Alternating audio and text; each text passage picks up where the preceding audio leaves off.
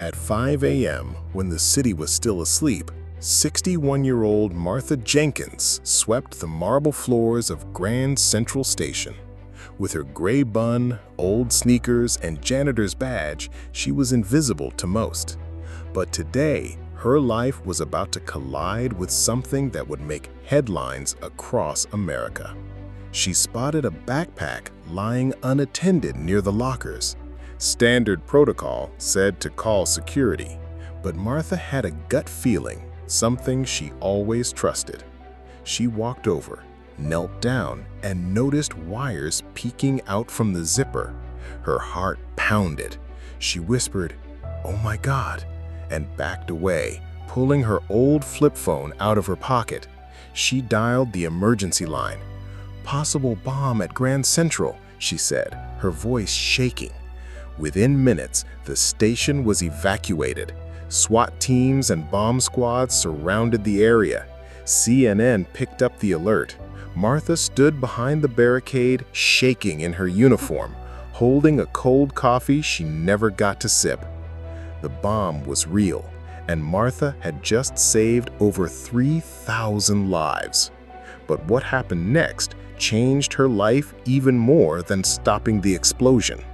The mayor of New York held a press conference that evening. "A janitor saved our city," he said, teary-eyed. "Martha Jenkins is not just a worker, she's a hero." By morning, she was on every news channel.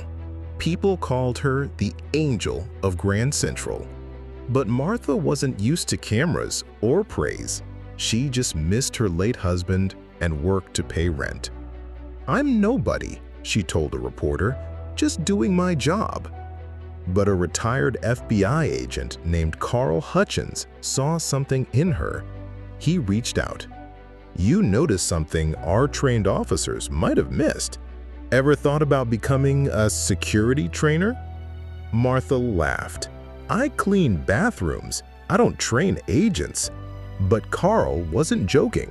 He brought her in for a test run, and she wowed the room with her street-smart instincts and calm under pressure. 3 months later, Martha was leading seminars for airport and subway security teams. She spoke about alertness, intuition, and humility. Her audience? Policemen, TSA officers, even detectives.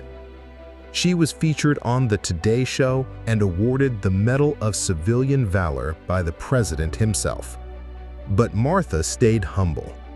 "Heroes come in all uniforms," she said into the mic, her voice breaking. With her newfound income, she opened a safety training program for underprivileged women. "If I can do it at 61, they can do it at 21. We all deserve a second chance." The same train station she once cleaned now had a mural of her painted on its wall.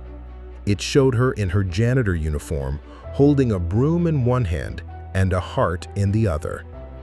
Tourists came to take selfies, but Martha never changed. Every now and then, she'd still visit Grand Central just to make sure it was clean and safe.